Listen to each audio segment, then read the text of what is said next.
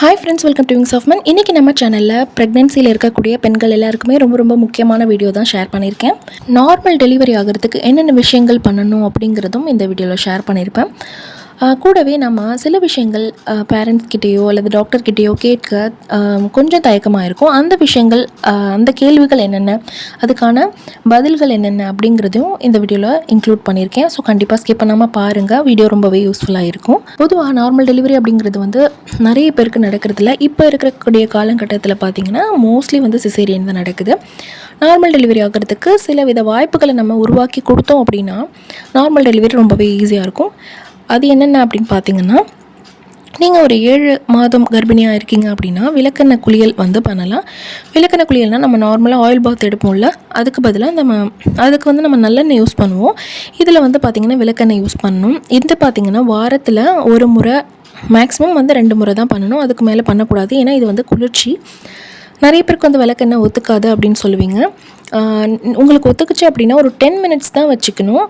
எப்படி பண்ணணும் அப்படிங்கிறத நான் சொல்கிறேன். ஃபர்ஸ்ட்டு நம்ம இந்த ஆயிலை நம்மளுடைய இடுப்பு பகுதி, முதுகு, தொடைப்பகுதி, பிறப்புறுப்பு பகுதி, இந்த இடங்கள்லாம் நல்லா இந்த ஆயில் போட்டு மசாஜ் பண்ணிவிட்டு கரெக்டாக ஒரு 10 மினிட்ஸ் தான் வச்சுக்கணும். அதுக்கு மேலே வச்சுருந்தீங்க அப்படின்னா கண்டிப்பாக சளி பிடிக்கும்.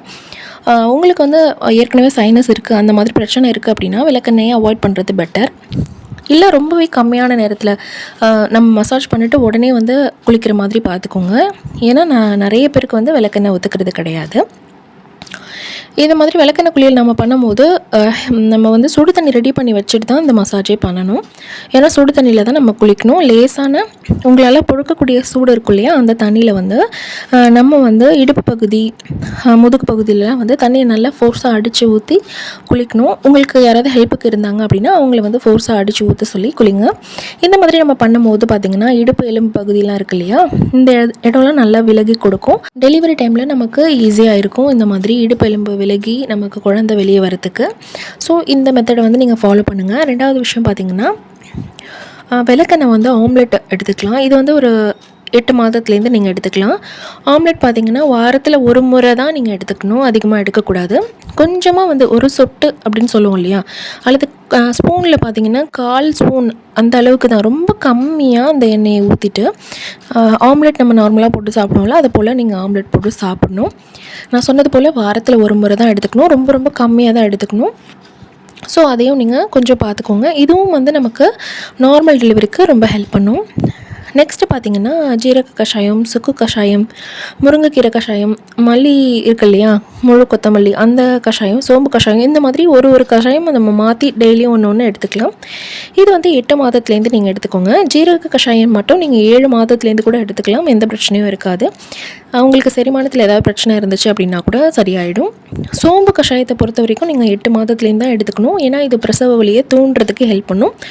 ஸோ நீங்கள் 8 மாதத்துக்கு அப்புறம் சோம்பு கஷாயம் எடுத்துக்கலாம். இந்த கஷாயம்லாம் எப்படி போடணும்னா, ஒரு 1/4 ஸ்பூன் அளவு நான் என்ன பொருட்கள்லாம் சொன்னேன், சோம்பு அல்லது ஜீரகம் ஏதாவது ஒன்று தான், எல்லாமே எடுத்துக்கூடாது. ஏதாவது ஒன்று நீங்கள் எடுத்துக்கலாம். முழு கொத்தமல்லி, இந்த மாதிரி சுக்கு இருக்கு இல்லையா, அது ஏதாச்சும் ஒன்று எடுத்துகிட்டு லைட்டாக ரோஸ்ட் பண்ணிக்கோங்க. எண்ணெய்லாம் எதுவும் சேர்க்கக்கூடாது. லைட்டாக ரோஸ்ட் பண்ணிவிட்டு வெறும் வானொலியில் போட்டு ரோஸ்ட் பண்ணிவிட்டு 1 டம்ளர் தண்ணி வச்சிங்க அப்படின்னா அது 1/2 டம்ளராக சுண்டணும். 2 கிளாஸ் வச்சிங்க அப்படின்னா 1 கிளாஸாக மாறணும். நம்ம போட்ட தண்ணியில் பாதி அளவுக்கு குறைஞ்சி வரணும். அந்த அளவுக்கு ஆனதுக்கப்புறம் லைட்டான சூடு இருக்கும் இல்லையா, அப்போ நம்ம இதை குடிச்சிக்கலாம். ஜீரக கஷாயம் நான் ஏற்கனவே சொன்ன மாதிரி 7 மாதத்துலேருந்து குடிக்கலாம். சோம்பு கஷாயத்தை பொறுத்த வரைக்கும் நீங்கள் 8 மாதம் ஆனதுக்கப்புறம் தான் குடிக்கணும். முருங்கைக்கீரை கஷாயம், இது கஷாயம்னு சொல்லாமல் சூப்புனே சொல்லலாம், நல்லா டேஸ்ட்டாகவே இருக்கும். இதை நீங்கள் ப்ரெக்னென்சி ஸ்டார்டிங்கில் இது கூட நீங்கள் எடுத்துக்கலாம். இந்த மாதிரி நம்ம எடுத்துக்கிட்டோம் அப்படின்னா நமக்கு ஹீமோக்ளோபின் குறையிற பிரச்சனை இருக்காது, இரத்த சோகை வராது, மலச்சிக்கல் பிரச்சனை இதெல்லாம் இருக்காது. குழந்தை நல்ல வெயிட்டோடு பிறப்பாங்க. இந்த முருங்கை சூப் எப்படி பண்ணணும் அப்படின்னா, ஒரு கைப்பிடின்னு சொல்லுவோம் இல்லையா, அந்த அளவுக்கு முருங்கைக்கீரையை நல்லா வாஷ் பண்ணிவிட்டு அதில் 2 கிளாஸ் தண்ணி சேர்த்துட்டு ஒரு 2 பல் பூண்டு, கொஞ்சமாக சீரகம் இதை சேர்த்துட்டு 1 கல் உப்பு வேணும்னா சேர்த்துக்கலாம், அதிகமாக சேர்க்கக்கூடாது. இது நல்லா கொதிக்க வச்சு அந்த கீரை வெந்ததுக்கப்புறம் அந்த கீரையோடு சேர்த்து இதை சாப்பிட்ணும். இதை போல் நீங்கள் சாப்பிட்டுட்டு வர்றது நம்மளோட குழந்தைக்குமே அது நல்லது. நமக்கும் நார்மல் டெலிவரிக்கு இது ரொம்ப ரொம்ப ஹெல்ப் பண்ணும். ஸோ கண்டிப்பாக இதை நீங்கள் எடுத்துக்கோங்க, மறந்துடாதீங்க. மற்ற சூப்ஸ் எடுப்போம் இல்லையா, அது போல் இந்த மாதிரி முருங்கை சூப் வாரத்தில் ஒரு முறையாச்சும் நீங்கள் எடுத்துக்கணும். உங்களுக்கு ஒத்துக்கும் அப்படின்னா நீங்கள் டெய்லியும் கூட சாப்பிடலாம். சில பேருக்கு வந்து அதிகமாக மோஷன் போகும், முருங்கைக்கீரை வந்து ஒத்துக்காதுன்னு இருப்பீங்களா, அது வந்து வாரத்தில் ஒரு முறையாச்சும் இந்த மாதிரி எடுத்துக்கோங்க. நெக்ஸ்ட்டு பார்த்தீங்கன்னா, நீங்கள் இந்தியன் டாய்லெட் தான் யூஸ் பண்ணணும். அந்த மாதிரி பண்ணிங்க அப்படின்னா உங்களுக்கு நார்மல் டெலிவரிக்கான வாய்ப்பு வந்து அதிகமாகும். பொதுவாகவே ப்ரெக்னென்சியில் நமக்கு அடிக்கடி யூரினேஷன் ஃபீல் இருக்கும் இல்லையா? ஸோ ஒவ்வொரு டைமும் நம்ம இந்த மாதிரி இந்தியன் டாய்லெட் யூஸ் பண்ணிட்டு வரும்போது பார்த்திங்கன்னா, ஆட்டோமேட்டிக்காக நம்ம தோப்பு கரணம்லாம் போடுவோம்ல, அந்த மாதிரி நமக்கு எக்ஸசைஸ் பண்ண மாதிரி இது இருக்கும். இதனால் நமக்கு அந்த இடுப்பு எலும்பு பகுதியில் நல்லா விரிவடையும். ஸோ இதுவுமே நமக்கு நார்மல் டெலிவரிக்கு ஹெல்ப் பண்ணும். நெக்ஸ்ட்டு பார்த்தீங்கன்னா, எக்ஸசைஸை பொறுத்த வரைக்கும் 6 மாதத்துக்கு நீங்கள் இது பண்ண வேண்டாம். உங்கள் டாக்டர் உங்களை பண்ண சொன்னாங்க அப்படின்னா நீங்கள் பண்ணுங்கள். 7 மாதத்துலேருந்து லைட்டாக நம்ம வந்து எக்ஸசைஸை பண்ணலாம். அதுவும் கூட நீங்கள் ஒரு வாட்டி உங்கள் டாக்டர்கிட்ட கன்சல்ட் பண்ணிக்கோங்க, நான் இந்த மாதிரி பண்ணலாமா. ஏன்னா நிறைய பேருக்கு வந்து அந்த ப்ளசண்ட்டாக வந்து பொசிஷன் டிஃப்ரெண்ட்டாக இருக்கும். சில பேர் வந்து நம்ம ஹெவியாக எக்ஸசைஸ் பண்ணக்கூடாது அப்படின்லாம் டாக்டர் முன்னாடியிலேருந்தே சஜஸ்ட் பண்ணியிருப்பாங்க இல்லையா? அவங்க மட்டும் நீங்கள் கண்டிப்பாக டாக்டர்கிட்ட ஒரு வாட்டி கேட்டுக்கோங்க. எக்ஸசைஸ் வந்து நம்ம விகரஸாக பண்ணணும், ஸ்பீடாக பண்ணணும் அப்படின்லாம் அவசியம் இல்லை. கொஞ்சம் நேரம் அப்படி பண்ணி நம்ம ஸ்டார்ட் பண்ணலாம். மெல்ல மெல்ல ஸ்டார்ட் பண்ணி கொஞ்சம் ஸ்பீடு வந்து ஏற்றிக்கலாம். ஸ்டார்டிங்கில் வந்து ரொம்ப கம்மியாக தான் நீங்கள் பண்ணணும். மெயினாக நம்ம பண்ணக்கூடிய நல்ல நல்ல எக்ஸசைஸ் என்னென்ன பார்த்திங்கன்னா, பட்டர்ஃப்ளை எக்ஸசைஸ், அப்புறம் ஸ்குவாட், இப்போ நான் சொன்னேன் இல்லையா, தோப்பு கரணம் போடுறது, அந்த மாதிரி டக் வாக், வாத்து போல் நடக்கிறது, அப்புறம் நார்மலாக வாக் பண்ணுறது, இதெல்லாம் நம்ம பண்ணோம் அப்படின்னா நமக்கு நார்மல் டெலிவரிக்கு இது ஹெல்ப் பண்ணும். நெக்ஸ்ட்டு பார்த்திங்கன்னா, மெயினாக நம்ம ஜங்க் ஃபுட்டெல்லாம் அவாய்ட் பண்ணணும். எந்த ஒரு ஃபுட்டாக இருந்தாலும், இப்போ நீங்கள் உங்களுக்கு பீஸா பர்கரே சாப்பிடணும் அப்படின்னு ஆசை இருந்தாலும் வீட்டில் செஞ்சு சாப்பிடுங்க. கடைகளில் கண்டிப்பாக அதில் கெமிக்கல்ஸ் கலந்துருப்பாங்க, தேவையில்லாத அந்த சாஸஸ் இருக்கும், அப்புறம் வந்து அஜினமோட்டோ இருக்கும், இந்த மாதிரியான விஷயங்களில் வந்து சேர்த்துருப்பாங்க. இது வந்து நமக்கும் நம்ம குழந்தைக்கும் நல்லது கிடையாது. எந்த ஒரு உணவு உங்களுக்கு கடையில் வாங்கி சாப்பிடணும்னு நினச்சாலும் அதை நீங்கள் வீட்டில் வந்து சொல்லி இதை மாதிரி செஞ்சு கொடுங்க அப்படின்னு வீட்டில் ஹெல்த்தியாக செஞ்சு கேட்டு அதை சாப்பிடுங்க. ஜங்க் ஃபுட் வந்து கண்டிப்பாக அவாய்ட் பண்ணிக்கோங்க. ரொம்ப டீப் ஃப்ரைட் ஐட்டம் இதெல்லாம் நீங்கள் எடுக்க வேணாம். எந்த ஃபுட்டாக இருந்தாலும் ரொம்ப சால்ட்டியாக இருக்கிறது, கருவாடு, ஊறுகாய், இதெல்லாம் ரொம்ப கம்மியாக தான் நீங்கள் எடுக்கணும், அதிகமாக எடுக்கக்கூடாது. சுகரும் சரி சால்ட்டும் சரி ஓரளவுக்கு தான். மைதா பொருட்களில் வந்து அவாய்ட் பண்ணிக்கலாம். இந்த மாதிரி நீங்கள் பண்ணிங்க அப்படின்னா அந்த ப்ரெக்னென்சி டைமில் நமக்கு வரக்கூடிய அந்த பிபி, சுகர் இதெல்லாமே கண்டிப்பாக நம்ம அவாய்ட் பண்ணிக்கலாம். பூண்டு பால் வந்து நீங்கள் எடுத்துக்கலாம். ஒரு 7 மாதத்துலேருந்து பூண்டு பால் வந்து நீங்கள் எடுத்துக்கலாம். இது எப்படின்னா, ஒரு 2-3 பல் பூண்டு, 4 பல் பூண்டு கூட நீங்கள் சேர்த்துக்கலாம். இதில் எப்படின்னா, ஒரு கிளாஸ் பாலும் 1 கிளாஸ் அளவு தண்ணியும் சேர்த்துட்டு நல்லா கொதிக்க வச்சுடுங்க. அது வந்து மொத்தமாக சுண்டி 1 கிளாஸ் குறைஞ்சி வரும்ல, அப்போ பூண்டும் நல்லா வெந்திருக்கும். இதை வந்து நீங்கள் அப்படியே குடிச்சிடலாம். பூண்டு வந்து வெந்துடும், ரா ஸ்மெல்லாம் இருக்காது, நல்லா தான் இருக்கும். ஸ்டார்டிங்கில் கொஞ்சம் ஒரு மாதிரியாக இருந்தாலும் போக போக பழகிடும். இதை நீங்கள் எடுத்துக்கிட்டிங்க அப்படின்னா இது நார்மல் டெலிவரிக்கான உங்களுக்கு வாய்ப்புகளும் அதிகரிக்கும். அதே போல் குழந்தைக்கு தேவையான மில்க் வந்து ப்ரொடக்ஷன் பார்த்திங்கன்னா, நிறைய பேருக்கு வந்து இந்த டெலிவரி ஆனதுக்கப்புறமே உடனே வந்து பால் சுரக்காது. நிறைய பேர் பயந்துருவாங்க, நமக்கு பால் வந்து பத்தலை, குழந்தை வந்து அழுறாங்க அப்படின்னு.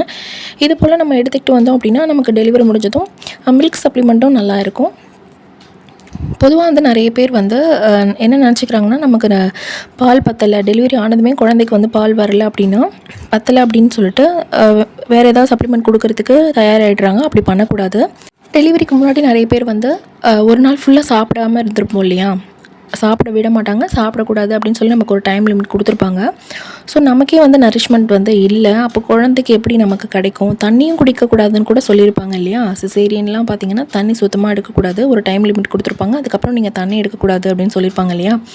ஸோ எப்படி வந்து உடனே நமக்கு அவ்வளோ வந்து ப்ளீடிங் ஆகிருக்கும், எப்படி உடனே நமக்கு பால் சுரக்கணும்னு நினைக்கிறீங்க.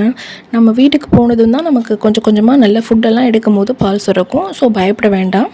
டெலிவரி முடிஞ்சதும் எல்லாருக்குமே வந்து பால் அந்தளவுக்கு சுரக்கும் அப்படின்னு அர்த்தம் இல்லை.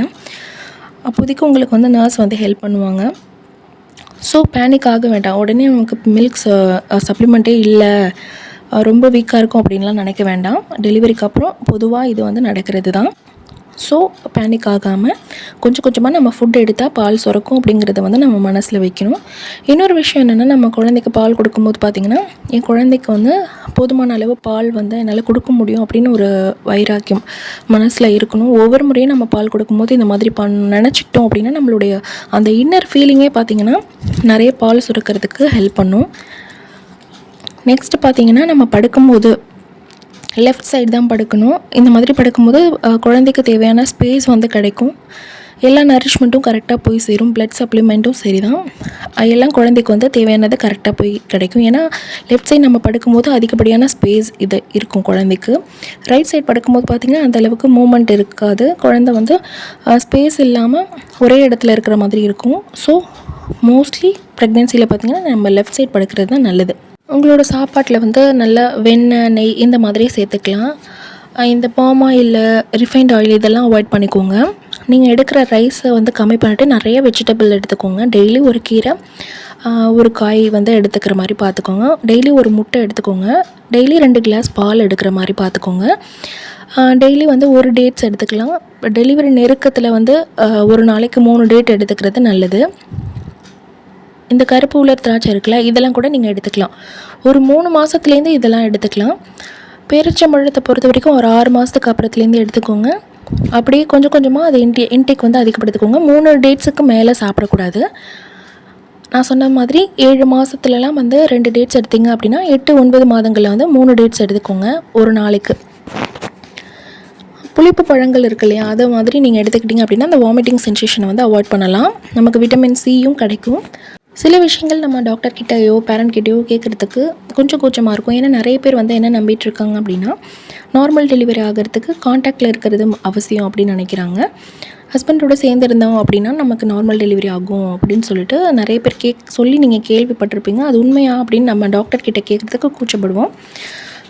என்னோடய டாக்டர்கிட்ட நான் கேட்டிருந்தேன். அவங்க சொன்னது என்ன அப்படின்னா நமக்கு நார்மல் டெலிவரி ஆகிறதுக்கு நிறைய விஷயங்கள் வந்து கூடி வரணும். நான் சொல்லியிருந்தேன் இல்லையா ஆல்ரெடி, நம்ம அதுக்கான வாய்ப்புகளை உருவாக்குறதுக்கான டிப்ஸ் தான் நான் இப்போ சொல்லியிருந்தேன்.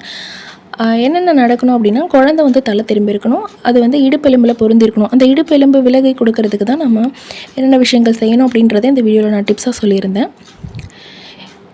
அதே போல் நமக்கு கர்ப்பப்பை வாயும் திறக்கணும். இதுக்கான தான் நான் சொல்லியிருந்தேன் ஆல்ரெடி. அந்த கஷாயம்லாம் வந்து குடிக்கணும்னு சொல்லியிருந்தேன் இல்லையா. ஸோ இந்த மாதிரியான விஷயங்கள்லாம் நடக்கும்போது தான் நமக்கு நார்மல் டெலிவரி ஆகும்.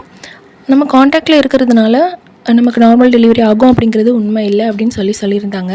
காண்டாக்டில் இருக்கிறத பொறுத்த வரைக்கும் அது வந்து அவங்களோட விருப்பம். பட் நம்ம ஃபர்ஸ்ட் 3 மந்த்ஸும் லாஸ்ட் 3 மந்த்ஸும் வந்து காண்டாக்டில் இருக்கிறத அவாய்ட் பண்ணுறது பெட்டர் அப்படின்னு சொல்லியிருந்தாங்க. இந்த வீடியோவில் நம்ம நார்மல் டெலிவரி ஆகிறதுக்கு என்னென்ன விஷயங்கள் ஃபாலோ பண்ணணும் அப்படிங்கிறத சொல்லியிருப்பேன். ஸோ கண்டிப்பாக இந்த வீடியோ உங்களுக்கு யூஸ்ஃபுல்லாகவே இருந்திருக்கும். இந்த வீடியோவில் எதுவும் சந்தேகங்கள் இருந்தது அப்படின்னா கமெண்ட்டில் கேளுங்க.